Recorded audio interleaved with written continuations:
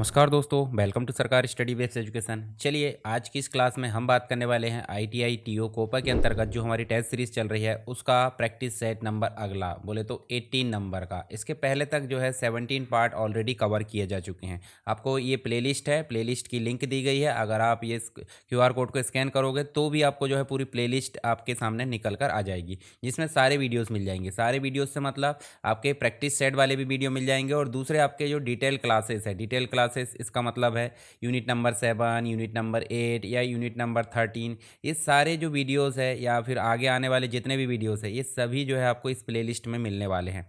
और आपने देख लिया होगा, नहीं देखा तो आप जाकर देख सकते हैं। वीडियो पसंद आता है आप मुझे बताते रहिए कमेंट बॉक्स में जैसा भी, और अपने दोस्तों के साथ शेयर करते रहिए स्टेटस वगैरह जैसे भी आपको लगता है। तो आपके लिए एक ही काम है कि भाई आप वीडियो देखते हैं, मेरी मेहनत तो ठीक है मैं कर रहा हूँ, पर आपके लिए काम है कि आप वीडियो को लाइक करें और अपने जो भी ग्रुप है सभी जगह उसको शेयर कर दिया करिए। और पहली बार चैनल पर आया है तो सब्सक्राइब कर लिए ताकि आने वाली वीडियोज़ के लिए आपको ढूंढना ना पड़े। चलिए शुरू करते हैं हमारा प्रैक्टिस सेट नंबर 18, जिसका पहला क्वेश्चन मिलेगा CERT जो है इसका पूरा नाम क्या है। CERT इन मतलब क्या हो जाता है भाई, यहाँ पे आपको देखने को मिल जाएगा, ये मिलेगा आपको computer emergency response team India के अंतर्गत। तो ये ए नंबर का आपको राइट आंसर मिलेगा। ठीक है, तो ये है क्या, एक प्रकार का computer emergency response team India के अंतर्गत मतलब भारत के अंतर्गत या भारत सरकार के अंतर्गत राष्ट्रीय नोडल एजेंसी है, जो कि साइबर सिक्योरिटी और जो रिलेटेड इंसिडेंट्स होते हैं, जो भी घटनाएं होती है साइबर सिक्योरिटी से रिलेटेड, उनको संभालने का काम ये करती है। और इसे जो है ministry of electronics and information technology MITI इसके द्वारा इसको स्थापित किया गया है, यानी कि इस्टेब्लिश किया गया है। साइबर सिक्योरिटी थ्रेट और अटैक को निगरानी में रखना, मॉनिटरिंग करना, सिक्योरिटी इंसिडेंट्स पर रिस्पॉन्स देना, एडवाइजरी और गाइडलाइन जारी करना, साथ ही इंडियन ऑर्गेनाइजेशन को साइबर सिक्योरिटी में सहायता प्रदान करना। ये सारी चीज़ें काम किसकी होती है, ये CERT इनकी होती है। तो फुल फॉर्म आपने देख लिया, मिनिस्ट्री किसके अंतर्गत आती है, इंफॉर्मेशन टेक्नोलॉजी IT जो है आपका इलेक्ट्रॉनिक्स के अंतर्गत। और रोल आपने देख लिया, एस्टेब्लिश ईयर अगर देखें तो 2004 है। चलिए आगे देखें, तो कौन सा डिवाइस OSI मॉडल की डेटा लिंक लेयर पर कार्य करता है और मैक एड्रेस के आधार पर यहाँ पे फ्रेम को आगे बढ़ाता है। तो इसका काम होता है जो आपका स्विच होता है। स्विच मतलब आप देख सकते हैं, स्विच एक डिवाइस होता है। जैसे मैं आपको सीधे ओपन करके दिखाता हूँ, आप देखिए गूगल में चलें और गूगल में चल के हम यहाँ देखेंगे, आपको देखने को मिल जाएगा जो स्विच है, स्विच के अंतर्गत हम देखें स्विच नेटवर्किंग डिवाइस। ठीक है, हम इसकी जो है GIF इमेज में आपको दिखाता हूँ। GIF इमेज मतलब जो आपकी एनिमेटेड इमेज है, जिसके अंतर्गत आपको जो परफेक्ट जो वर्किंग है वो देखने को मिल जाएगी। ठीक है, जैसे यहाँ आप देखिए इस इमेज में आप देखोगे तो इस इमेज में आपको देखने को मिलेगा, देखिए ये जो C कंप्यूटर है, C ने A को डाटा भेजा है, इसका मतलब ब्रॉडकास्ट नहीं हुआ है। जो पैकेट है वो उसी को फॉरवर्ड किए गए हैं जो डेस्टिनेशन को डिसाइड किया गया था। ऐसे ही यहाँ आप देखोगे तो देखिए इसमें भी आपको देखने को मिलेगा ये चीज़ें, मतलब जिस कंप्यूटर को डाटा भेजा जा रहा है, जैसे इस कंप्यूटर से इसी कंप्यूटर को भेजा जा रहा है तो सिर्फ उसी को मिलेगा, बाकी को नहीं मिलेगा। तो ये करता है कौन, स्विच काम करता है। तो स्विच क्या है भाई, स्विच एक प्रकार का OSI मॉडल के अंतर्गत एक डिवाइस है जो कि डेटा लिंक लेयर यानी कि लेयर नंबर 2 पर वर्क करता है। और स्विच जो है फ्रेम को मैक एड्रेस के आधार पर फॉरवर्ड करता है। मतलब मैक एड्रेस मतलब एक डिवाइस का एक एड्रेस होता है जो पर्टिकुलर उसकी मतलब एक प्रकार से नेटवर्क इंटरफेस कार्ड हो सकता है, ब्लूटूथ हो सकता है, वाईफाई हो सकता है। तो उसमें जो भी एड्रेस होता है वो कहलाता है मैक एड्रेस एक डिवाइस का। और इस प्रकार अगर देखें तो इंटेलिजेंट डिवाइस है जो कि नेटवर्क ट्रैफिक को जो एफिशिएंटली मैनेज करता है। एग्जांपल के लिए जब आपका कंप्यूटर जो है एक कंप्यूटर से दूसरे कंप्यूटर को डेटा भेजा जाता है तो स्विच जो मैक एड्रेस को देखकर सही डेस्टिनेशन तक उस फ्रेम को पहुंचाता है। बाकी राउटर की अगर बात करें तो राउटर जो है नेटवर्क लेयर के अंतर्गत काम करता है, बोले तो लेयर नंबर 3 के अंतर्गत काम करता है। और IP एड्रेस के आधार पर ये पैकेट को भेजता है, ना कि मैक एड्रेस के आधार पर। मैक एड्रेस के आधार पर स्विच काम करता है। हब की अगर बात करें तो हब एक जो है सेंट्रल डिवाइस है जिसके अंतर्गत जो है क्या किया जाता है, सारी डिवाइसेस को डेटा को ब्रॉडकास्ट किया जाता है। और गेटवे का मतलब हो जाता है दो अलग अलग नेटवर्क को कनेक्ट करने के लिए एक प्रकार से हायर लेयर्स पर ये काम करता है। तो यहाँ पे हमने देख लिया 4 डिवाइस, बोले तो स्विच है, राउटर है, हब है और गेटवे है। चलिए आगे देखें, यदि आप किसी टेबल में कैप्शन जोड़ना चाहते हैं, टेबल में अगर कैप्शन जोड़ना चाहते हैं तो आपको इसे कहाँ ढूंढना होगा। तो देखिए टेबल में अगर आप कैप्शन मतलब जोड़ना चाहते हैं तो सीधे आप चलो MS वर्ड में। और जैसे मान लीजिए मैं MS वर्ड में चलता हूँ और यहाँ पे मैं जो है एक टेबल इंसर्ट कर लेता हूँ। सीधे प्रैक्टिकल आपको दिखा देता हूँ, ये टेबल मैंने यहाँ पे इंसर्ट किया। आगे मैं जो है इसकी क्लास भी लाऊंगा, मतलब वर्ड प्रोसेसिंग जो आपका है जिसके अंतर्गत वर्ड और जो राइटर है वो देखने को मिल जाएगा। तो वो आपको देखने को मिल जाएगा यहाँ पे। तो ये हमारा टेबल हो गया। इस टेबल को मैं सेलेक्ट करूँगा और मुझे जाना है एमएस वर्ड में रेफरेंसेस टैब में, और रेफरेंसेस टैब में मैं जाऊँगा कैप्शन वाले ग्रुप में, और यहाँ इंसर्ट कैप्शन पर मैं क्लिक करूँगा तो हमारे लिए आंसर तो हो जाएगा रेफरेंसेस टैब। तो यहाँ पे हम जो है टेबल लाना है, तो देखिए टेबल लाना है, फिगर लाना है, इक्वेशन। तो आपके लिए पास में क्या है भाई, टेबल है। तो आप क्या सेलेक्ट करोगे, टेबल, और इसका नाम दे दोगे। जैसे इसका नाम क्या है भाई, ये टेबल नंबर 1 है जिसका नाम है आइटम्स। क्या नाम है इसका, आइटम्स। तो यहाँ पे ये आइटम्स नाम का टेबल हमने दे दी, इस टेबल का नाम हो गया आइटम्स। अब हम इसको जो है मान लीजिए हम चलते हैं कहाँ पे, 2 4 10 पेज नीचे चल लेते हैं, और यहाँ लाकर हम जो है आइटम्स लिख देते हैं, और ये आइटम्स को हम जो है लिंक करना चाहते हैं। मान लीजिए यहीं पे आप इंसर्ट कर लो या सीधे आप जो है इस पर लिंक कर दो। तो हम जो है इसमें ऐसे हटा देते हैं वैसे ही, और यहाँ क्रॉस जो आपका रेफरेंसेस है, रेफरेंसेस में ही कैप्शन में हम चले थे, हम चलते कहाँ पे, टेबल ऑफ फिगर में, या फिर क्रॉस रेफरेंस में। सीधे टेबल ऑफ फिगर में चलो, और यहाँ हम जो है टेबल लाना चाहते हैं, देखिए टेबल ही सिलेक्ट है, और सीधे जाकर ओके कर दो। तो आपका जो टेबल है, टेबल नंबर जो भी है मतलब आइटम, वो आपका कहाँ मिलेगा, पेज नंबर 1 में। तो इंडेक्स बना सकते हैं या क्रॉस रेफरेंस, सीधे हम क्लिक करेंगे देखो वहाँ पहुँच जाएंगे। तो अभी क्लियर राइट आंसर हमारे रेफरेंसेस हो गया, बाकी चीज़ें भी आपको समझ में आ गई होगी। हम यहाँ चलते हैं, हमारा आंसर जो है आपका बी है, बोले तो रेफरेंसेस टैब। इसके अलावा जो टेबल है, टेबल हमने कैप्शन जोड़ लिए। बाकी इंसर्ट टैब की अगर बात करें तो इंसर्ट में आपको टेबल देखने को मिल जाएगा, पिक्चर देखने को मिल जाएगा, चार्ट है, शेप है, ये चीज़ें मिल जाती है इंसर्ट करने के लिए। लेआउट टैब में आपको पेज लेआउट से रिलेटेड चीज़ें मिल जाती है। व्यू टैब में आपको जो है व्यू मोड मिल जाते हैं, बोले तो print layout, web layout, outline, या जो भी है, टोटल मिलाकर 5 प्रकार के व्यू होते हैं, जिसमें से मुख्य रूप से 3 व्यू होते हैं। तो चलिए आगे हम जो वर्ड प्रोसेसिंग की क्लास आएगी उसमें और डिटेल में हम पढ़ने वाले हैं, ठीक है। चलिए आगे देखें। बीबीए बोले तो विजुअल बेसिक एप्लीकेशन, जो कि एडवांस एक्सेल बोले तो मैक्रो के लिए उपयोग किया जाता है। विजुअल बेसिक एप्लीकेशन, इसमें कौन सा कीवर्ड है उस वेरिएबल को घोषित करने के लिए उपयोग किया जाता है, जो कि प्रोसीजर कॉल के बीच में अपनी वैल्यू को बनाए रखता है। तो इसका राइट आंसर है स्टैटिक। क्या है, बी स्टैटिक है। तो जब किसी वेरिएबल को स्टैटिक कीवर्ड में डिक्लेयर किया जाता है तो वह अपनी वैल्यू प्रोसीजर कॉल के बीच में रिटेन करता है। जैसे कि सब करके हमने के लिए यहाँ पे डेमो लिए, एक फंक्शन ले लिए, और स्टैटिक करके हमने एक वेरिएबल लिए जिसका नाम है काउंटर। किस प्रकार का है, इंटीजर टाइप का। और काउंटर में हमने दे दिए, काउंटर खुद अपने आप में, जैसे मान लीजिए काउंटर की वैल्यू अभी जो भी है 0 है, और 0 के सामने हमने लगाया प्लस, तो अभी वैल्यू कितनी हो गई, अभी हो गई 1। जब दूसरी बार यहाँ पे ये मतलब जब प्रिंट करेगा या जैसा भी होगा तो काउंटर की वैल्यू जो है एक एक करके प्लस होते जाएगी, और मैसेज बॉक्स में यहाँ काउंटर की वैल्यू प्रिंट हो जाएगी, ठीक है। तो हर बार डेमो रन करने पर काउंटर की वैल्यू बढ़ती जाएगी और रीसेट नहीं होगी, ये देखने को मिल जाता है आपको स्टैटिक कीवर्ड के माध्यम से। बाकी डिम कीवर्ड की अगर बात करें तो ये वेरिएबल डिक्लेयर करने के लिए किया जाता है, जो कि आपको देखने को मिल जाता है VB.NET के अंतर्गत। कॉन्स्ट कीवर्ड कांस्टेंट के लिए हो जाता है, और पब्लिक जो है आपका, पब्लिक पूरे जो वेरिएबल है, वेरिएबल को पूरे प्रोजेक्ट में एक्सेसिबल बनाता है, ठीक है। चलिए आगे देखें, निम्नलिखित में से कौन सा सिमेट्रिक की एन्क्रिप्शन एल्गोरिदम है। तो सिमेट्रिक की एल्गोरिदम एक प्रकार से देखें तो आपको DES मिल जाता है, राइट आंसर आपका बी मिल जाएगा। और DES को बोला जाता है डेटा एन्क्रिप्शन स्टैंडर्ड, बोले तो यहाँ पे क्लासिकल सिमेट्रिक की एन्क्रिप्शन एल्गोरिदम है, जिसको 1977 में NIST बोले तो national institute of standard and technology, जो कि USA के अंतर्गत है, इसका स्टैंडर्ड के रूप में इसे अपनाया था। सिमेट्रिक की एल्गोरिदम एक ही की का उपयोग कर लेता है, यानी कि एन्क्रिप्शन और डिक्रिप्शन दोनों के लिए एक ही की का उपयोग किया जाता है। और यहाँ पे जो ब्लॉक सिफर है, सिफर मतलब एक प्रकार से मीडिएटर, जो कोडेड वाला टेक्स्ट हो जाता है, 64 बिट ब्लॉक पर काम करता है। आजकल सुरक्षित नहीं माना जाता, लेकिन कॉन्सेप्चुअली देखें तो ये काफ़ी इंपॉर्टेंट माना जाता है। उसके अलावा RSA की बात करें तो अदर ऑप्शन में आपको मिल जाता है सिमेट्रिक की एल्गोरिदम है, पब्लिक प्राइवेट की, ये जो पेयर में आते हैं। फिर ECC बोले तो एलिप्टिक कर्व क्रिप्टोग्राफी मिल जाती है, जिसमें सिमेट्रिक की एल्गोरिदम मिल जाती है। फिर डिफी-हेलमैन मिल जाता है। तो ये एक प्रकार से की एक्सचेंज प्रोटोकॉल है। आगे देखेंगे, नेक्स्ट क्वेश्चन है, कौन सी क्रिप्टोग्राफिक तकनीक दो अलग अलग कीज बोले तो पब्लिक और प्राइवेट का उपयोग करती है। तो ये आपको देखने को मिल जाती है असिमेट्रिक की एनक्रिप्शन। असिमेट्रिक एनक्रिप्शन जो है दो अलग अलग पब्लिक और प्राइवेट की का उपयोग कर लेते हैं एनक्रिप्शन और डिक्रिप्शन के लिए। तो यहाँ पे आप देखोगे तो पब्लिक की बोले तो डेटा को एनक्रिप्ट करने के लिए उपयोग की जाती है यहाँ पे, किसमें, असिमेट्रिक में। और जो प्राइवेट की है वो की जाती है आपको डेटा को डिक्रिप्ट करने के लिए, मतलब कोडेड फॉर्म में बदलना और डिकोड करना कौन करेगा, आपको प्राइवेट की देखने को मिल जाएगी। यह टेक्निक सुरक्षित कम्युनिकेशन के लिए उपयोग की जाती है, जैसे RSA है, ECC है। एडवांटेजेस क्या है इसका, सेंडर और रिसीवर को एक ही सीक्रेट की शेयर करने की जरूरत नहीं पड़ती। सिमेट्रिक की एल्गोरिदम के अंतर्गत एक ही की एनक्रिप्शन और डिक्रिप्शन दोनों के लिए हो जाती है। हैशिंग की बात करें तो वन वे फंक्शन है, जो कि डेटा की इंटीग्रिटी चेक करता है, SHA और MD5। और स्टेगनोग्राफी की अगर बात करें तो डेटा को छुपाने के लिए टेक्निक उपयोग की जाती है। नेक्स्ट अगर देखें यहाँ पर तो एक्सेल में पिवोट टेबल के बारे में निम्नलिखित में से कौन सा सही है। तो पिवोट टेबल क्या करता है भाई, डेटा को समरी, ऑर्गेनाइज, एनालाइज सारी चीज़ें कर लेता है। तो देखिए they are used for data visualisation, ये नहीं करता। डेटा विजुअलाइजेशन के लिए ओनली क्या करता है, चार्ट करता है। तो यहाँ तो पिवोट टेबल की बात हो रही ना, तो ये हो जाएगा क्रॉस।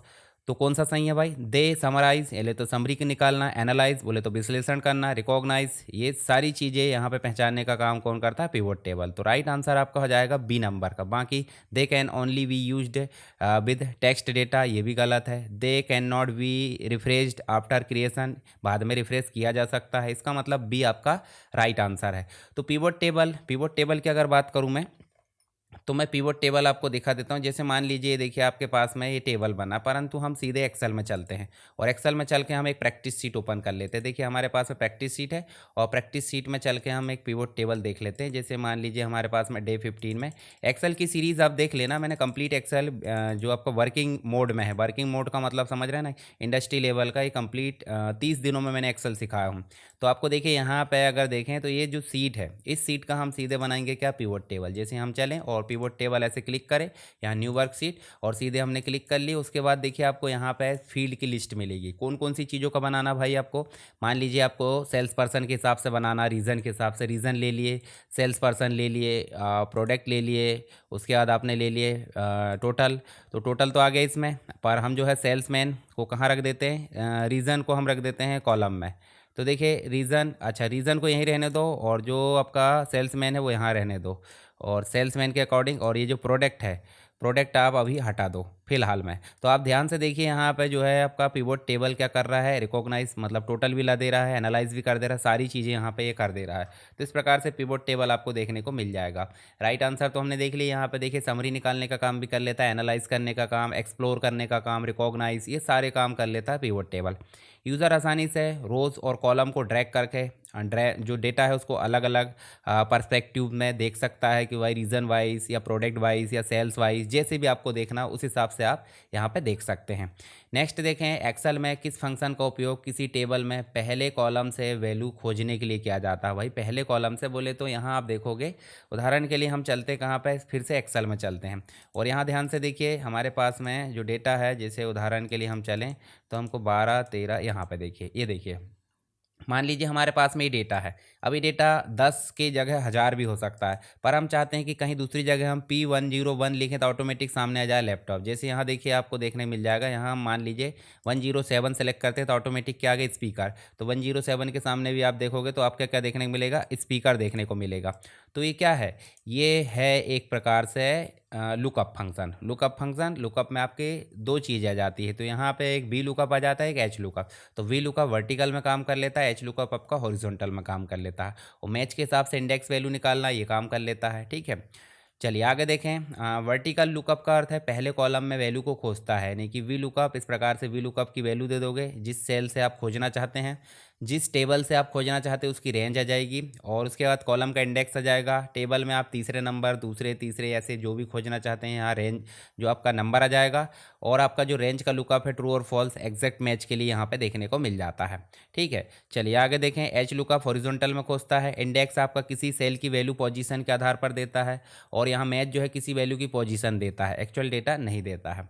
जावा प्रोग्राम का एंट्री पॉइंट कौन सा होता है। जावा प्रोग्राम का एंट्री पॉइंट को बोल देते हैं public static void main. Public static void main कहाँ है भाई, देखिए पब्लिक स्टैटिक वॉइड स्टार्ट नहीं है, वॉइड रन भी नहीं है, वॉइड मैन है, यानी कि सी नंबर का राइट आंसर है। मैंने जावा कंप्लीट पढ़ाया, वहाँ आपको देखने मिलेगा ये पब्लिक स्टैटिक वॉइड मैन ही आपके प्रोग्राम को एंट्री देता है, बोले तो इसी को ही रन करने देता है। जो भी चीज़ है वो इसी को रन करेगी, यानी कि कम से कम किसी भी प्रोग्राम में एक मेन फंक्शन होना जरूरी है, मेन मेथड, नहीं तो प्रोग्राम आपका रन नहीं होगा। तो सी आपका राइट आंसर है। और पब्लिक का मतलब पूरे प्रोग्राम में एक्सेस किया जाएगा जेबीएम के माध्यम से। स्टैटिक मतलब बिना ऑब्जेक्ट क्रिएट किए कॉल कर सकती है जेबीएम। वॉइड का मतलब हो जाता है खाली, यानी कि नॉन रिटर्नेबल। और स्ट्रिंग आरजीएस मतलब एक प्रकार की एरे है, कमांड लाइन आर्गुमेंट। ठीक है, चलिए आगे देखें। निम्नलिखित में से कौन सा जावा की विशेषता नहीं है? तो जावा की विशेषता भाई प्लेटफॉर्म इंडिपेंडेंट है, क्योंकि इसके अंतर्गत क्या होता है, वाइट कोड होता है। तो वाइट कोड इसको बनाता है प्लेटफॉर्म इंडिपेंडेंट। ऑब्जेक्ट ओरिएंटेड है ये भी। ऑटोमेटिक गार्बेज कलेक्शन ये भी है, मतलब जैसे ही कोई चीज़ ने मेमोरी यूज़ करना बंद कर दिया उसे वहाँ से खाली कर देना। बोले तो ये 3 विशेषता तो है, परंतु पॉइंटर अर्थमेटिक यहाँ पर उपयोग नहीं किया जाता। तो राइट आंसर भी आपका क्या हो जाएगा, पॉइंटर अर्थमेटिक। डी आपका राइट आंसर है, मतलब प्लेटफॉर्म इंडिपेंडेंट है, वोरा कॉन्सेप्ट है इसका। ऑब्जेक्ट ओरिएंटेड है, बिल्कुल क्लास ऑब्जेक्ट पे काम करता है। ऑटोमेटिक गार्बेज कलेक्शन भी है, और इसके अलावा पॉइंटर अर्थमेटिक नहीं है, मतलब जावा में पॉइंटर का डायरेक्ट उपयोग नहीं है। यह सी और सी प्लस प्लस में उपयोग किया जाता था। ऑपरेटिंग सिस्टम और मदरबोर्ड के बीच में इंटरफेस के रूप में उपयोग किया जाने वाला मूल प्रोग्राम क्या है? तो देखिए, वैसे तो जो मदरबोर्ड है, मदरबोर्ड क्या है, एक प्रकार का हार्डवेयर है। और हार्डवेयर और यूज़र के बीच में कौन काम करता है? आपका जो यूज़र है, यूज़र बोले तो हम हो गए, इसके बीच में काम करता है ओएस। परंतु हार्डवेयर बोले तो यहाँ पे बात हो रही किसकी, मदरबोर्ड की। तो मदरबोर्ड और ओएस के बीच में ब्रिज का काम कौन करेगा? तो सिंपल सी बात भाई, यहाँ पे जो बेसिक इनपुट आउटपुट सिस्टम है, जो कि रोम में इंस्टॉल होता है, वो इसका पार्ट होता है। यानी कि ऑपरेटिंग सिस्टम मदरबोर्ड के बीच में कौन काम करेगा? बायोस काम करेगा, बेसिक इनपुट आउटपुट सिस्टम। तो ए आपका राइट आंसर है। और एक प्रकार का बेसिक प्रोग्राम है जो कि ऑपरेटिंग सिस्टम और मदरबोर्ड के बीच में एक इंटरफेस या ब्रिज का काम करेगा। बायोस एक चिप में स्टोर होता है, उस चिप को रोम बोल देते हैं, रीड ओनली मेमोरी। और मुख्य रूप से यहाँ पे आपको पी रोम देखने को मिल जाती है, प्रोग्रामेबल रीड ओनली मेमोरी। और 2 मेमोरी और होती है, जो ई पी रोम हो जाती है, और एक हो जाती है डबल ई पी रोम। ठीक है, तो इनको भी आपने पढ़े होंगे पहले। आप देखिए, कंप्यूटर स्टार्ट होने के बाद बायोस रन होता है। बायोस यह प्रोसेस करता है जिसका नाम है post power on self test, यानी कि हार्डवेयर की जांच करेगा। और ओएस को लोड करने से पहले हार्डवेयर और सॉफ्टवेयर को जोड़ने का काम कर लेता है। इसके अलावा जैसे फर्मवेयर की बात करें, तो फर्मवेयर बायोस को ही फर्मवेयर कहा जाता है, क्योंकि यह हार्डवेयर पर स्थायी रूप से स्टोर किया जाता है। कंपाइलर और ड्राइवर की बात करें, तो कंपाइलर आपका ट्रांसलेशन के लिए काम करता है, और ड्राइवर आपका स्पेसिफिक हार्डवेयर के लिए उपयोग किया जाता है। मान लीजिए आपके कंप्यूटर पर प्रिंटर इंस्टॉल करना है, तो प्रिंटर कैसे काम करेगा, इसको कंप्यूटर को बताने का काम कर लेता है उस प्रिंटर का ड्राइवर। एक प्रकार का सॉफ्टवेयर होता है, सिस्टम सॉफ्टवेयर। नेक्स्ट, निम्नलिखित में से कौन कंप्यूटर की केंद्रीय प्रोसेसिंग यूनिट है? तो देखिए, प्रोसेसिंग यूनिट की बात की जा रही है, तो जो सीपीयू होता है, सीपीयू में आपके 3 पार्ट हो जाते हैं। एक तो एएलयू हो जाता है, एएलयू, और एक हो जाता है सीयू, एक हो जाता है रजिस्टर। तो रजिस्टर करता है स्टोर करने का काम, सीयू कंट्रोल यूनिट बोले तो मॉनिटरिंग करने का काम, इसी को डायरेक्टर कहा जाता है, जो पूरा नियंत्रण रखता है। और एएलयू प्रोसेसिंग करता है, अर्थमेटिक लॉजिक यूनिट, यानी कि एएलयू इसका राइट आंसर है। ए आपका यहाँ पर देखने को मिल जाएगा। नेक्स्ट देखें, प्रोग्राम में त्रुटि बोले तो एरर को क्या कहा जाता है? प्रोग्राम की जो एरर है प्रोग्रामिंग की भाषा में, उसे बोला जाता है बग। बग बोला जाता है, और बग को हटाना मतलब क्या कहलाता है? डीबग। और डीबग करने की प्रोसेस को बोल देते हैं डीबगिंग। क्या बोल देते हैं? डीबगिंग। ठीक है, तो डीबगिंग की जाती है इम्प्लीमेंटेशन के दौरान। तो यहाँ पे अभी राइट आंसर हो जाएगा, एरर को या त्रुटि को बोला जाता है बग। ठीक है, नेक्स्ट यहाँ पे आप देख लेना, यहाँ पे बग मतलब प्रोग्राम में आने वाली त्रुटि, वायरस मतलब एक मैलिशियस प्रोग्राम, डीबगर ऐसा सॉफ्टवेयर टूल जो बग को खोजने का काम करता है, ट्रोजन भी एक प्रकार का मैलिशियस सॉफ्टवेयर हो जाता है।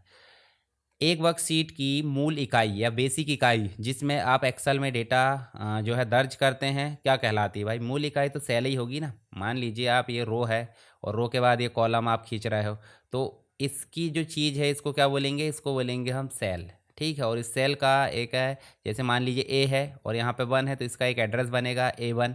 और A1 कहाँ दिखता है? फॉर्मूला बार के लेफ्ट साइड में, जिसका नाम है नेम बॉक्स। क्या है? Name box. तो यहाँ पे आप देख सकते हैं ए इसका राइट आंसर है। उसके बाद है, इंटरनेट पर सुरक्षित संचार के लिए किस प्रोटोकॉल का उपयोग करते हैं? तो देखिए, इंटरनेट पर संचार करना है तो एक कंप्यूटर जो है हमारा और दूसरा कंप्यूटर जो है, इन दोनों के बीच में अगर कम्युनिकेशन करना है, यानी कि कम्युनिकेशन कैसे होता है? ये कम्युनिकेशन होता है HTML वेब पेज के माध्यम से। जब HTML वेब पेज को भेजा जाएगा और HTML वेब पेज को प्राप्त किया जाएगा, तो दोनों के लिए यहाँ पे प्रोटोकॉल लगता है HTTP, hyper text transfer protocol. पर इसके अंदर एक एज भी लगता है। एज बोले तो सिक्योर। सिक्योर मतलब या तो SSL उपयोग की जाएगी, पुरानी टेक्नोलॉजी, और या तो फिर ट्रांसपोर्ट लेवल सिक्योरिटी बोले तो नई टेक्निक उपयोग की जाएगी। तो दोनों में से कोई ना कोई उपयोग की जाएगी, और जब दोनों उपयोग की जाएगी कोई भी, तो यहाँ पे जो HTTP है, HTTP मतलब इसके साइड में लग जाएगा एस। तो यहाँ पे अभी राइट आंसर हो जाएगा आपका HTTP एस, बोले तो बी यहाँ पे राइट आंसर हो जाएगा। तो यहाँ सुरक्षित संस्करण क्या मिल जाता है? या तो SSL होगा या तो TLS, सिक्योर सॉकेट लेयर या ट्रांसपोर्ट लेवल सिक्योरिटी, जो डेटा को एनक्रिप्ट करके यहाँ पे डेटा को भेजती है और प्राप्त करती है। तो इस प्रकार से HTTP एस होना बहुत ज़रूरी है, नहीं तो क्या क्या होगा, आपका डेटा सुरक्षित नहीं माना जाएगा। बात करें एफटीपी की, तो एफटीपी फाइल को डाउनलोड करने, फाइल को अपलोड करने में मदद करती है। बाकी मेल की बात करें, एसएमटीपी बोले तो यहाँ पे सिंपल मेल ट्रांसफ़र प्रोटोकॉल, जो मेल है उसको भेजने के लिए सेंडर तरफ उपयोग किया जाता है और रिसीव करने के लिए पॉप उपयोग किया जाता है। पॉप 3 बोले तो पोस्ट ऑफिस प्रोटोकॉल वर्जन 3। अगला देखें कि सोशल मीडिया प्लेटफॉर्म ने सेफ स्ट्रीट और माय कानून नाम के 2 साइबर सुरक्षा कानून शुरू किए हैं। तो इसका नाम है इंस्टाग्राम। किसने किया है? इंस्टाग्राम। तो यहाँ पे राइट आंसर बी हो जाएगा। सेफ स्त्री मतलब हो जाता है स्त्री, एक प्रकार से अगर देखें स्त्री जो भी युवाओं को ऑनलाइन सुरक्षा फीचर के बारे में जागरूक करना। इसमें विभिन्न क्रिएटर्स द्वारा मल्टीलिंगुअल कंटेंट बनाया गया है। माय कानून बोले तो युवाओं को उनके कानूनी अधिकार और सुरक्षा के बारे में जानकारी देना। तो ये एक प्रकार से देखें तो युवाओं को सुरक्षित सोशल मीडिया का उपयोग करना, ऑनलाइन सुरक्षा और कानूनी संरक्षण के बारे में जागरूकता फैलाना, ये चीज़ आप देख सकते हैं। व्हाट्सअप के बारे में निम्नलिखित में से कौन सा कथन सत्य नहीं है? तो व्हाट्सअप क्या है भाई? WhatsApp provide end to end encryption. बिल्कुल, जब भी आप व्हाट्सअप ओपन करते हैं तो किसी के भी मैसेज करने से पहले वहाँ ऊपर लिखा आता है एंड टू एंड एन्क्रिप्शन, मतलब ये फीचर तो है व्हाट्सअप में, ठीक है। उसके बाद WhatsApp can be used for voice call and video call. बिल्कुल, व्हाट्सअप वॉइस कॉल और वीडियो कॉल उसमें हम कर सकते हैं use. WhatsApp is own by Google. Google का नहीं है, ये मेटा का है। किसका है? मेटा का है। व्हाट्सअप किसका है? मेटा का है। WhatsApp allow sharing of document. बिल्कुल, डॉक्यूमेंट शेयर कर सकते हैं। इसका मतलब सी वाला नहीं है, गूगल का नहीं है भाई। ये किसका है? ये फेसबुक। बोले तो अब मेटा इनकॉर्पोरेशन के अंतर्गत देखने को मिल जाता है। 2014 में इसको अधिग्रहित कर लिया है, तो ये गूगल का स्वामित्व नहीं है। आप देखोगे जब इसको खोलते हैं तो आपको लिखा आता है मेटा करके, ठीक है। तो ये मतलब मेटा मतलब Facebook. End to end encryption मतलब भाई व्हाट्सअप चैट और calls end to end encryption के रूप में उपलब्ध है। बोले तो थर्ड पार्टी इसे पढ़ नहीं सकती, जिसको हमने भेजे वही पढ़ सकता है। अगला देखें, एमएस एक्सेल में टेबल बनाने के लिए निम्न में से किसका उपयोग किया जाता है? तो देखिए यहाँ पे एमएस एक्सेल, एक्सेल नहीं है, ये क्या है? एमएस एक्सेस है। अब एमएस एक्सेस मतलब आपको मिलेगा डाटाबेस वाली जो यूनिट है। और डाटाबेस बोले तो एमएस एक्सेस में टेबल बनाने के लिए हम कौन सा टैब उपयोग करेंगे? तो यहाँ पे उपयोग करेंगे डिज़ाइन व्यू। डिज़ाइन व्यू देखिए, डिज़ाइन व्यू का मतलब हो जाता है यहीं से आप जो है टेबल के स्ट्रक्चर को तैयार कर सकते हो। बोले तो फील्ड के नाम बना सकते हैं और साथ ही उनके डेटा के टाइप को निर्धारित कर सकते हैं, ठीक है। जैसे मैं आपको ओपन करके भी दिखा देता हूँ, आपको अगर मतलब समझ में नहीं आए तो। यहाँ एक्सेस स्टार्ट करें, हमने ब्लैंक डेटाबेस स्टार्ट करें। यहाँ से हम ब्लैंक डेटाबेस 10 बना लेते हैं। और जैसे ही हमने 10 बनाया, देखिए यहाँ पे हम जो है जैसे क्रिएट करेंगे और क्रिएट में टेबल डिज़ाइन का उपयोग करेंगे। टेबल डिज़ाइन करें तो देखिए टेबल बना ली हमने। तो टेबल बना ली, यहाँ फील्ड के नाम आ जाएंगे, यहाँ डेटाबेस जो डेटा टाइप के नाम आ जाएंगे। और यहाँ पे आप बोलोगे तो डिस्क्रिप्शन डाल सकते हैं। डिस्क्रिप्शन का मतलब इसमें जो भी काम किया गया है उसको आप डिस्क्राइब कर सकते हैं, हालांकि ये ऑप्शनल रहता है। चलिए आगे चलें। तो आगे आपको देखने को मिल जाता है यहाँ पे टेबल बनाने के लिए डिज़ाइन का उपयोग करते हैं। डेटा सीट डेटा एंटर करने के लिए उपयोग कर लेते हैं। क्वेरी व्यू यहाँ पे होता नहीं है। क्वेरी व्यू का मतलब क्या हो जाता है? क्वेरी व्यू एक प्रकार से अगर देखें तो आपको देखने को मिल जाता है यहाँ पे मुख्य रूप से अगर देखें तो क्वेरी मतलब डेटा को सर्च करने के लिए क्वेरी भी हो जाता है। फॉर्म व्यू फॉर्म में एंट्री करने के लिए फॉर्म हो जाता है। टेबल से रिलेटेड दोनों नहीं है, ये क्वेरी और फॉर्म से रिलेटेड है। कौन सी की बोले तो कौन सी जो की है जो यूज़र को कंप्यूटर विंडो या हार्डवेयर हार्ड ड्राइव या हार्ड डिस्क ड्राइव खोजने में उपयोग मदद करती है। तो जैसे मान लीजिए क्या पूछा जा रहा है, देखिए कौन सी की जो यूज़र को कंप्यूटर विंडो या हार्ड डिस्क ड्राइव खोलने में मदद करती है। तो खोलने में मदद कौन करेगी? देखिए एंटर, स्पेस बार, शिफ्ट है और टैब है। तो भाई टैब की तो खोल नहीं सकती ना, ये तो आगे पीछे करती है कर्सर को। शिफ्ट की मॉडिफायर की है, ए को कैपिटल स्मॉल बनाने का काम करती है। स्पेस बीच में लाने का काम करती है, क्या गैप।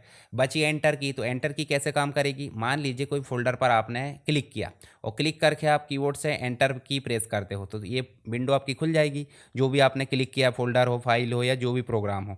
तो सीधे सीधे बोला जाए तो ड्राइव, डिस्क या विंडो कंप्यूटर खोलने के लिए किया जाता है, तो बोले एंटर की। राइट आंसर क्या हो जाएगा? एंटर की हो जाएगी। चलिए नेक्स्ट देखें, वर्कशीट में एक सेल में अधिकतम कितने कैरेक्टर्स रख सकते हैं? तो एक सेल में अधिकतम कितने रख सकते हैं भाई? 32,767 रख सकते हैं। ए आपका राइट आंसर है।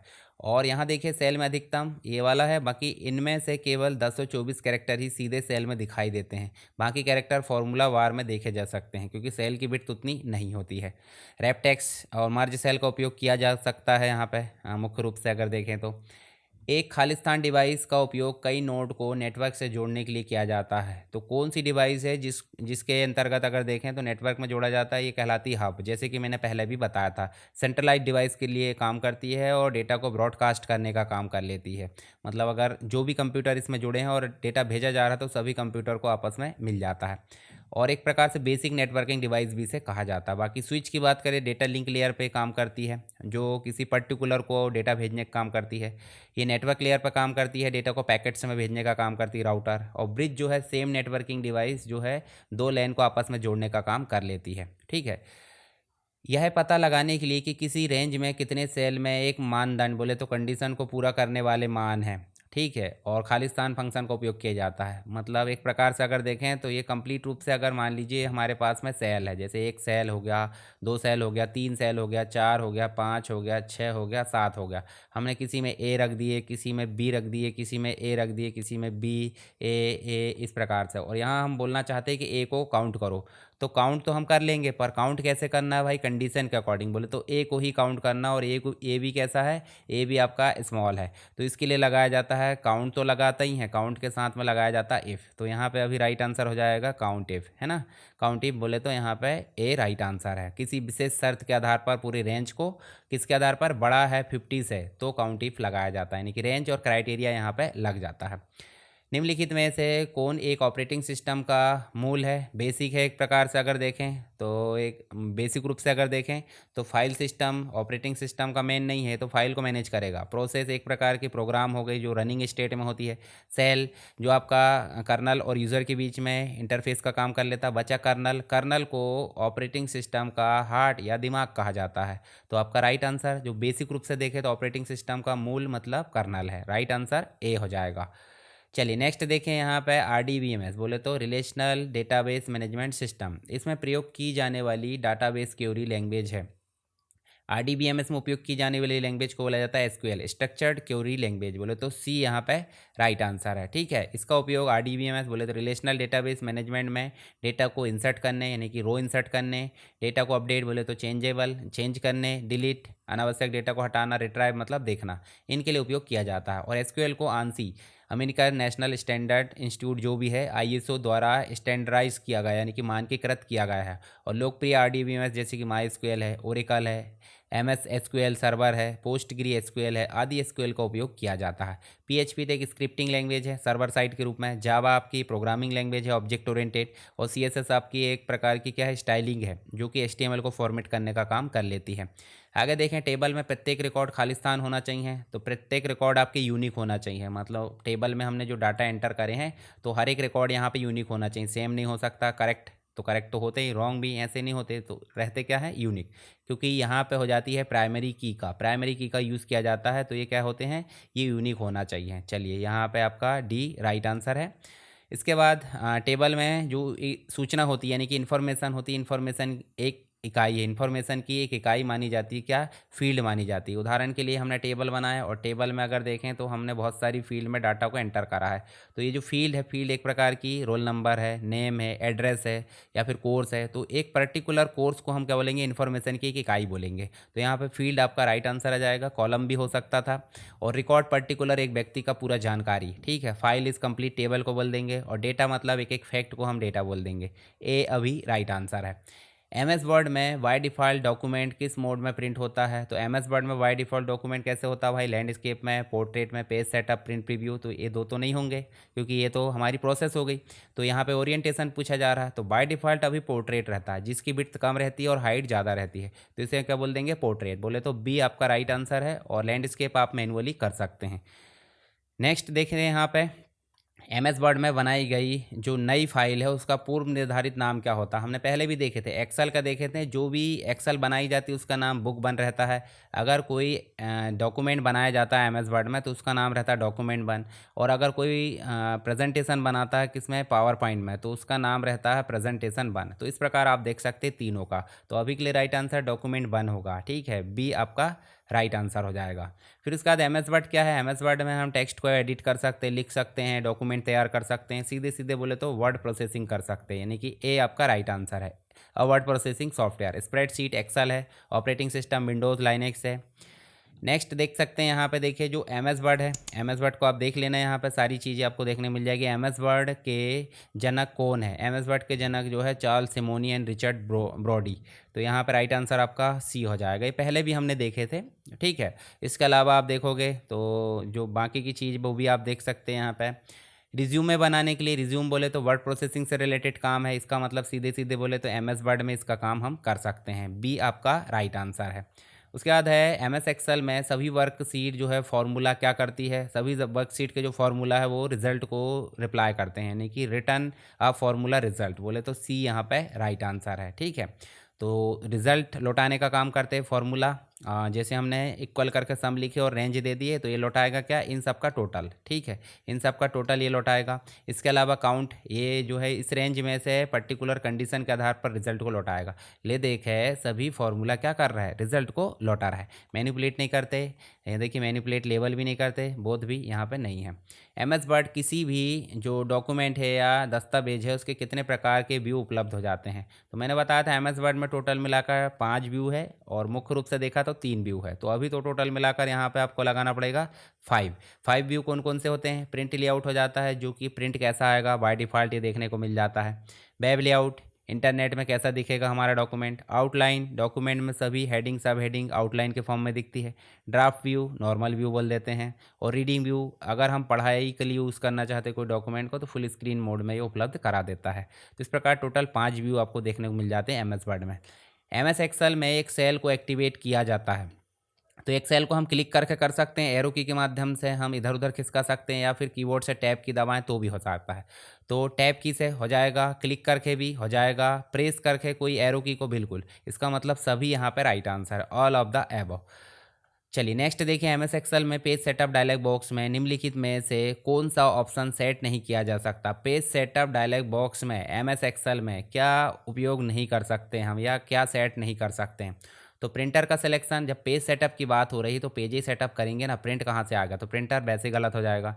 वर्टिकल हॉरिजॉन्टल प्लेसमेंट ओरिएंटेशन बिल्कुल कर सकते हैं, ओरिएंटेशन भी कर सकते हैं। इसका मतलब यहाँ पे जो है आप ये तीनों तो सही हो जाएंगे, पर क्या नहीं कर सकते? ये जो देख सकते हैं आप, प्रिंटर का सिलेक्शन यहाँ पे नहीं होगा, ठीक है, प्रिंटर का सिलेक्शन नहीं कर सकते। चलिए आगे देखें, आपको पेज सेटअप यहाँ मिल जाएगा, प्रिंटर का सिलेक्शन नहीं मिलेगा, ये प्रिंट के डायलॉग बॉक्स में मिलेगा, कंट्रोल पी करोगे तब। नेक्स्ट देखें, एम एस एक्सेल में सिंगल कॉलम में सभी सेल को सेलेक्ट करने के लिए आप सीधे जो है जो आपकी कॉलम हेडिंग होती है ए बी सी डी जो भी, तो डी को क्लिक करो ऑटोमेटिक सेलेक्ट हो जाएंगे। तो इसका मतलब right click on cell select pick, गलत है ये, ठीक है। Use data text column menu, गलत। लेफ्ट क्लिक करना है ग्रे शेड वाले जो कॉलम नंबर है कॉलम के टाइटल पर, बिल्कुल सही बोले तो यहाँ पर राइट आंसर आपका सी हो जाएगा। उसके बाद है बिजनेस प्रेजेंटेशन के लिए किस सॉफ्टवेयर का उपयोग किया जाता है? बिजनेस प्रेजेंटेशन के लिए आप उपयोग देखो तो प्रेजेंटेशन मतलब पावर पॉइंट का उपयोग किया जाता है, राइट आंसर आपका सी हो जाएगा। चलिए आगे देखें, यहाँ पे आपको जो प्रेजेंटेशन है, प्रेजेंटेशन के अंतर्गत बहुत सारी चीज़ें आप बना सकते हैं। स्प्रेडशीट बोले तो एक्सेल है, एक्सेल में कौन सा फंक्शन सेल के वर्तमान तारीख और समय को प्रदर्शित करता है? तो देखिए अगर टुडे की बात करें तो टुडे तो सिर्फ तारीख प्रिंट करेगा, समय तो प्रिंट नहीं करेगा। पर नाउ आपका कंप्लीट प्रिंट करेगा, डे ओनली डे प्रिंट करेगा जो कंप्लीट डेट है, करंट नाम का कोई चीज़ यहाँ पे नहीं होती है। चलिए आपका नाउ फंक्शन यहाँ पे करेक्ट है। फिर इसके बाद कंप्यूटर में जो चिन्ह है, मतलब B2 से E3 क्या कहलाते हैं? एक प्रकार की रेंज कहलाते हैं। क्या कहलाते हैं? रेंज कहलाते हैं, यानी कि बीच में जो कॉलन लगा है वो ये रेंज को सूचक देता है। तो यहाँ पर रेंज है। इसके बाद है कंप्यूटर स्प्रेडशीट में नंबर फॉर्मेट का पहला भाग क्या दर्शाता है? नंबर फॉर्मेट का पहला भाग आपको पॉजिटिव नंबर दर्शाता है। कैसे देखोगे आप? तो देखिए सेमी कॉलन से यहाँ पे अलग किया जाता है, जैसे मान लीजिए पहला जो है पॉजिटिव, दूसरा नेगेटिव, फिर जीरो, फिर टेक्स्ट, इस प्रकार से। तो यहाँ देखिए पॉजिटिव नंबर बोले तो इस प्रकार से, और उसके बाद नेक्स्ट आप देख सकते हैं, फिर उसके बाद नेक्स्ट और फिर टेक्स्ट। तो ये पहला भाग जो है पॉजिटिव नंबर को दर्शाता है। ब्लैंक स्लाइड, ब्लैंक नहीं, यहाँ पे एक काली स्लाइड की बात हो रही है। तो काली स्लाइड का मतलब क्या है? काली स्लाइड कब आती है? तो काली स्लाइड हम मैनुअली ला सकते हैं, पर काली स्लाइड कब आती है? जब आपका प्रेजेंटेशन एंड हो चुका है, यानी कि आखिरी स्लाइड आ गई है। तो स्लाइड भी लोडेड नहीं होगा, एंड ऑफ प्रेजेंटेशन, ठीक है, ये आपका राइट आंसर है। एंड ऑफ प्रेजेंटेशन बोले तो आखिरी स्लाइड खत्म, मतलब आपका प्रेजेंटेशन एंड के बाद पहुँच गया है, यानी कि खाली आखिरी स्लाइड के बाद पहुँच चुका है। बी आपका राइट आंसर है। उसके बाद है हैंड आउट में अधिकतम स्लाइड कितनी होती है भाई। हैंड आउट्स मतलब हो जाता है जो हमारी प्रेजेंटेशन उसको प्रिंटेड फॉर्म में फिजिकल मोड में हम बांटना चाहते हैं, उसे हम बोल देते हैं हैंड आउट। तो हैंड आउट में मैक्सिमम होती है 9 स्लाइड। कैसे पता चलेगा, आप चलोगे सीधे हम प्रेजेंटेशन में चलते हैं। पावर पॉइंट हम ओपन कर लेते हैं, और पावर पॉइंट जब ओपन करोगे तो यहाँ पे आपको प्रिंट ऑप्शन मिलेगा। देखिए यहाँ फाइल में जाओ, फाइल में जाओ, प्रिंट ऑप्शन, प्रिंट में जाओगे, देखिए आपको फुल पेज मिल रहा है। फुल पेज में जाकर देखो नीचे हैंड आउट मिल रहा है, तो हैंड आउट में 1 पेज, 2 पेज, 3 पेज, देखिए 4 पेज, 6 पेज, 9 पेज। तो 9 वर्टिकल में ले लो या हॉरिजॉन्टल में ले लो, रह रहा है यहाँ पे मैक्सिमम 9, यानी कि आपको राइट आंसर देखने को मिल जाएगा 9। टोटल मिला के देखें तो 9 आपके हैंडआउट्स में जो है स्लाइड हो सकती हैं, उससे ज़्यादा नहीं हो सकती। बाकी मिनिमम एक तो रहती है जो हम प्रिंट करते हैं उसमें, जैसे पीडीएफ वगैरह बनाना 2 हम बनाते हैं। हर स्लाइड में क्या सेट किया जा सकता है भाई, हर स्लाइड में आपको डेट एंड टाइम मिल जाता है, फुटर मिल जाता है, स्लाइड नंबर, यानी कि ऑल ऑफ द एबव। बोले तो डी यहाँ पे राइट आंसर है। पावर पॉइंट में कौन सा व्यू होता है भाई, डॉक्यूमेंट व्यू होता है। Slide sorter view, play slide इस प्रकार की, तो डॉक्यूमेंट व्यू नहीं होता, प्ले स्लाइड भी नहीं होता, नन भी नहीं, तो स्लाइड सॉर्टर होता है रीअरेंज करने के लिए स्लाइड्स को। तो बी आपका राइट आंसर है। उसके बाद है कंपाइल्ड जावा क्लास। देखिए एक तो सोर्स कोड हो जाता है जो कि डॉट जावा के नाम से मिलता है, और अगर इसको हमने कंपाइल कर दिए जावा सी, यानी कि जावा जो सी है उसके माध्यम से कंपाइल कर दिए, तो जो आउटपुट आता है वो डॉट क्लास के रूप में आता है। क्या आता है, डॉट क्लास। और डॉट क्लास को ही हम क्या बोल देते हैं, वाइट कोड बोल देते हैं। क्या बोल देते हैं, वाइट कोड। तो राइट आंसर आपका हो जाएगा डॉट क्लास। और जावा तो सोर्स कोड हो जाता है, डॉट जेएस यहाँ पे जावा स्क्रिप्ट के लिए, डॉट टीएक्सटी आपका नोटपैड के लिए हो जाता है। चलिए राइट आंसर आपका सी हो जाएगा।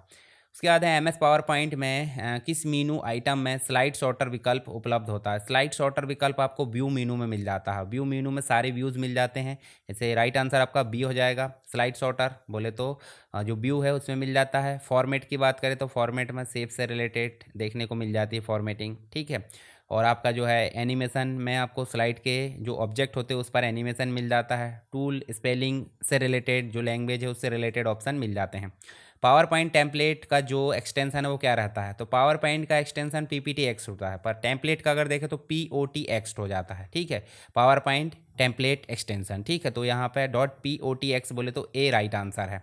जावा में जो इंटरफेस होता है, इंटरफेस को परिभाषित करने के लिए किस कीवर्ड का प्रयोग किया जाता है, तो जावा में इंटरफेस को परिभाषित करने के लिए इंटरफेस का ही उपयोग किया जाता है, ठीक है। सी आपका राइट आंसर है, ठीक है। हालांकि दोनों सेम लग रहा है, पर यहाँ पे देखिए थोड़ा सा चेंज होकर आएगा। देखिए यहाँ पे दोनों स्पेलिंग सेम सेम हो गई है, तो अभी सी या डी लगा सकते हैं, पर क्वेश्चन में आप देखोगे जब क्वेश्चन आएगा तो एक ही मिलेगा आपको। तो अभी तो सी आपका राइट आंसर है। इंटरफेस कीवर्ड लगता है, तो यहाँ पे इंटरफेस और माई इंटरफेस नाम दे दिए, बाकी उसके अंदर मेथड वगैरह जो भी हमने यहाँ इम्प्लीमेंट कर लिए। निम्नलिखित में से सभी जावा क्लासेस की सुपर क्लास कौन सी है, तो सभी जावा क्लासेस की सुपर क्लास अगर देखें तो ऑब्जेक्ट क्लास है। ऑब्जेक्ट क्लास यहाँ पे सी आपका राइट आंसर मिल जाएगा। इसके बाद है जावा में केआर डेटा टाइप की क्या रेंज होती है भाई, केआर डेटा टाइप की रेंज होती है 0 से 65,535, यानी कि यहाँ पर राइट आंसर सी मिल जाएगा। नेक्स्ट है एरे। जावा में एरे क्या होते हैं, एरे एक प्रकार से कलेक्शन हो जाते हैं, एक प्रकार से सेम डेटा टाइप के, पर ये ऑब्जेक्ट होते हैं। जावा में क्या होते हैं, ऑब्जेक्ट होते हैं। बी आपका राइट आंसर है। उसके बाद है अलर्ट बॉक्स, जो कि आपको यूज़ किया जाता है जावास्क्रिप्ट में प्रदर्शित करने के लिए सही जावास्क्रिप्ट स्टेटमेंट क्या होगी, तो अलर्ट के लिए यूज़ होगा क्या, अलर्ट। और अलर्ट हम लेंगे, जैसे मान लीजिए यहाँ देखिए आपको अलर्ट लिया गया है, और अलर्ट लेने के बाद हेलो बॉस इस प्रकार से लिखा गया है, ठीक है। और फिर इसके बाद फिर यहाँ भी अलर्ट लिखा गया है, और हेलो यहाँ पे हमने लिखे क्या, हेलो बॉस, मतलब यहाँ डबल कोट लगाए हैं और यहाँ पे सिंगल कोट।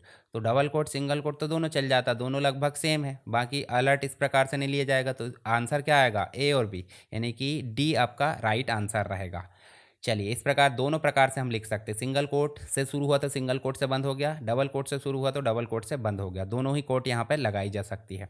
जावास्क्रिप्ट में जो पावर है बोले तो घातांक ऑपरेटर क्या है, तो घातांक ऑपरेटर बोले तो मान लीजिए 2 स्टार स्टार हमने लिखे हैं 3, तो यहाँ पे आंसर क्या जाएगा, 2 की पावर 3, मतलब 2 × 2 × 2 बराबर 8, यहाँ पे आंसर आ जाएगा। तो घातांक के लिए डबल स्टार उपयोग किया जाता है, सी यहाँ पे राइट आंसर है, ठीक है। नेक्स्ट आप देखोगे यहाँ पे तो आपको पाइथन में खाली सेट बोले तो रिक्त सेट बनाने के लिए, सेट एक प्रकार का डेटा स्ट्रक्चर है, उसके लिए कौन सा स्टेटमेंट सही रहेगा, तो सेट करके यहाँ पे पैरेंथेसिस लेंगे तो आपको इस प्रकार से ये डिफाइन हो जाएगा। डी राइट आंसर है। उसके बाद है आपको मिलेगा दुकान पर शारीरिक रूप से गए बिना, मतलब दुकान पर नहीं गए और उसके बाद भी हम आइटम की खरीद बिक्री कर सकते हैं, तो घर बैठे खरीदोगे ना। और घर बैठे कैसे खरीदोगे? ऑनलाइन शॉपिंग, यानी कि आप सीधे सीधे ऑनलाइन शॉपिंग नहीं दिया तो ई कॉमर्स का हिस्सा माना जाता है। तो यहाँ पे मैं बोलेंगे अपन ई कॉमर्स, ठीक है। इसके बाद है आप देखोगे तो जो जो है एक प्रकार से इस प्रकार लिखा है, ए लिखा डबल कोट में प्लस करके, बी सी भी लिखा डबल कोट में, और दोनों को जोड़ देंगे प्लस करके तो क्या आएगा? तो ए और बी सी इस प्रकार से आ जाएगा, यानी कि यहाँ पर राइट आंसर मिलेगा बी, ए बी सी, ठीक है। इसके बाद है निम्नलिखित में से कौन सा पाइथन भाषा में कीवर्ड नहीं है? तो पाइथन भाषा में देखिए आपको मिलेगा पास मिलेगा, एसर्ट मिलेगा, नॉन लोकल भी मिलेगा, एबल नहीं मिलेगा। तो एबल यहाँ पर राइट आंसर है, जो कि पाइथन में कीवर्ड नहीं है। चलिए नेक्स्ट देखें, तो इस पाइथन कोड का आउटपुट क्या होगा? कैसे प्रिंट करें? A B C dot def, और उसके बाद डॉट कैपिटलाइज कर दिए, ये कैपिटलाइज एक फंक्शन है। तो यहाँ पे देखिए जो डेफ है वो क्या करेगा? कैपिटलाइज मतलब हो जाता है सिंपल, अगर देखें तो कैपिटलाइज मतलब हो जाता है सी बड़ा मिलेगा और बाकी सब छोटे मिलेंगे, ठीक है। बाकी सब क्या मिलेंगे? सब छोटे मिलेंगे। तो यहाँ पे ए बड़ा रहना चाहिए, बाकी सब छोटे। तो ए बड़ा और बाकी छोटे कहाँ मिल रहा है? देखिए तो यहाँ पे ए में ही मिल रहा है, ए बड़ा है बाकी सब छोटे हैं, तो ए राइट आंसर यहाँ पे, ठीक है। उसके बाद एक कोड दिया है, लिस्ट दिया है 1 3, और फिर लिस्ट जो 2 है उसमें भी लिया गया है लिस्ट 1। बोले तो लिस्ट 1 और लिस्ट 2 कोई अलग नहीं है, दोनों एक दूसरे के साथ ही समझो, अलग असाइन कर दी गई ना। फिर हमने लिस्ट में जीरो जो पोर्शन था, जीरो इंडेक्स के हिसाब से चलती लिस्ट, तो जीरो वाले पोर्शन पे हमने दे दिए 4। इसका मतलब लिस्ट 1 में अभी फाइनली क्या हो गया है? 4 और 3 हो गया है। और लिस्ट 1 को हमने कहाँ असाइन कर दी? 2 में, और प्रिंट कर दी लिस्ट 2 को। तो आना क्या वाला है? 4 और 3, 4 और 3 जाएगा ना, यहाँ पे देखिए 4 और 3, यानी कि सी राइट आंसर है, ठीक है। नेक्स्ट देखें तो आपको देखने मिलेगा B2C का पूरा नाम बिजनेस टू कस्टमर या कंज्यूमर है। तो यहाँ पे आप देखोगे सी आपका राइट आंसर हो जाएगा, ई कॉमर्स का एक हिस्सा है। फिर उसके बाद HTML पेज बनाने के लिए आवश्यकता क्या होती है? तो यहाँ देखिए एक तो HTML लैंग्वेज की जानकारी होना चाहिए, दूसरा उसके साथ टेक्स्ट एडिटर होना चाहिए, और तीसरा जो है ब्राउज़र होना चाहिए जिस पे रन होगा। तो यहाँ पर राइट आंसर हो जाएगा टेक्स्ट एडिटर। टेक्स्ट एडिटर के रूप में नोटपैड है, सबलाइम है, प्लस प्लस है, सब मिल जाते हैं, VS कोड है, ठीक है। तो ये यहाँ पे राइट आंसर है। उसके बाद ई कॉमर्स किस प्रकार से किया जा सकता है? तो e commerce SMS phone conversation से भी किया जा सकता है, भाई OTP वगैरह आती है। वेब इंटरनेट के माध्यम से किया जा सकता है, ईमेल के माध्यम से आपको भी फिर से कन्फर्मेशन या जो भी चीज़ आती है। तो ऑल ऑफ द एबव, बोले तो डी आपका राइट आंसर है। क्लाउड कंप्यूटिंग के जनक कौन थे भाई? क्लाउड कंप्यूटिंग के जनक JCR लिक किल्डर, एक प्रकार से क्लीडर आप देख सकते हैं, बोले तो सी यहाँ पे राइट आंसर है, ठीक है। तो इनको बोला जाता है फादर ऑफ क्लाउड कंप्यूटिंग। 1960 में जो है आपको इंटरगैलेक्टिक जो कंप्यूटर नेटवर्क है उसका विचार इन्होंने प्रस्तुत किया था। फिर उसके बाद निम्नलिखित में से कौन सा क्लाउड सर्वर नहीं है? तो क्लाउड सर्वर नहीं है बोले तो पब्लिक क्लाउड सर्वर होता है, प्राइवेट भी होता है, डेडिकेटेड भी होता है यहाँ पे, पर मर्ज वाला नहीं होता। तो राइट आंसर आपका डी हो जाएगा। निम्नलिखित में से कौन सा क्लाउड कंप्यूटिंग का फीचर है? तो क्लाउड कंप्यूटिंग के फीचर के अंतर्गत देखें तो ऑल ऑफ द एबव, बोले तो सिक्योरिटी रहती है, अवेलेबिलिटी रहती है, लार्ज नेटवर्क एक्सेस भी रहता है। तो आपका डी यहाँ पे राइट आंसर हो जाएगा। HTML किसका सबसेट है? तो HTML SGML का सेट है। SGML बोले तो बी यहाँ पे राइट आंसर है। बोले तो यहाँ पे अगर देखोगे तो जो SGML एक प्रकार से SGML का सबसेट माना जाता है, स्टैंडर्ड जनरलाइज मार्कअप लैंग्वेज बोला जाता है, मेटा लैंग्वेज होती है। तो इसी का सबसेट के रूप में क्या माना जाता है? ये HTML मार्कअप लैंग्वेज माना जाता है। ए टैग का उपयोग किस लिए किया जाता है भाई? ये लिंक के लिए, यानी कि adding link to your page. बोले तो यहाँ पे डी आपका राइट आंसर हो जाएगा, ठीक है। हमने उपयोग भी करे हैं HTML, आप कंप्लीट वीडियो देखे होंगे तो आपको सारी चीज़ें समझ में आ रही होगी। यूनिक्स ऑपरेटिंग सिस्टम है भाई, क्या है? Can run on PC and larger system, run only the super computer, ये गलत है। A is used for mobile device, ये भी गलत है। इज़ लिमिटेड मेन फ्रेम, तो यहाँ पर राइट आंसर आपका ये हो जाएगा। PC में भी रन कर सकता है और लार्ज सिस्टम में भी, यानी कि ए आपका राइट आंसर हो जाएगा। चलिए नेक्स्ट है ऑपरेटिंग सिस्टम किसका संग्रह है? ऑपरेटिंग सिस्टम जो है एक प्रकार से सॉफ्टवेयर की सब रूटीन्स होती है, बहुत सारे कलेक्शंस होते हैं, वो उनका एक प्रकार से कलेक्शन है। यहाँ पे ए आपका राइट आंसर है, सॉफ्टवेयर सब रूटीन्स, ठीक है। तो सॉफ्टवेयर सब रूटीन्स या सॉफ्टवेयर का कलेक्शन है जो कि हार्डवेयर और यूज़र के बीच में इंटरफेस का काम कर लेता है।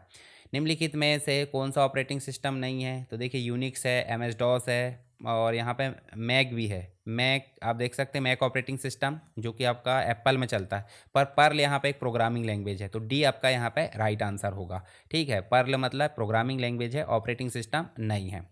वह ऑपरेटिंग सिस्टम कौन सा है जो वास्तविक समय पर प्रतिक्रिया करता है? तो उसे बोल देते हैं real time operating system. Real time RTOS इसे बोला जाता है। ठीक है, तुरंत प्रतिक्रिया करें, जैसे कि मेडिकल इक्विपमेंट है, रोबोटिक्स है, एम्बेडेड सिस्टम है, ट्रैफिक कंट्रोल है, इनमें आप देख सकते हैं। तो इस प्रकार हमने जो है यहाँ पे जो आपका प्रैक्टिस सेट नंबर 18 नंबर का यहाँ कंप्लीट किया है। आई होप सारी चीज़ें आपको समझ में आ गई होगी। फिर भी अगर कोई डाउट है तो आप मुझे कमेंट बॉक्स में बता सकते हैं। वीडियो को लाइक और शेयर करना नहीं भूलना है। मिलते हैं नेक्स्ट क्लास में, तब तक के लिए जय हिंद।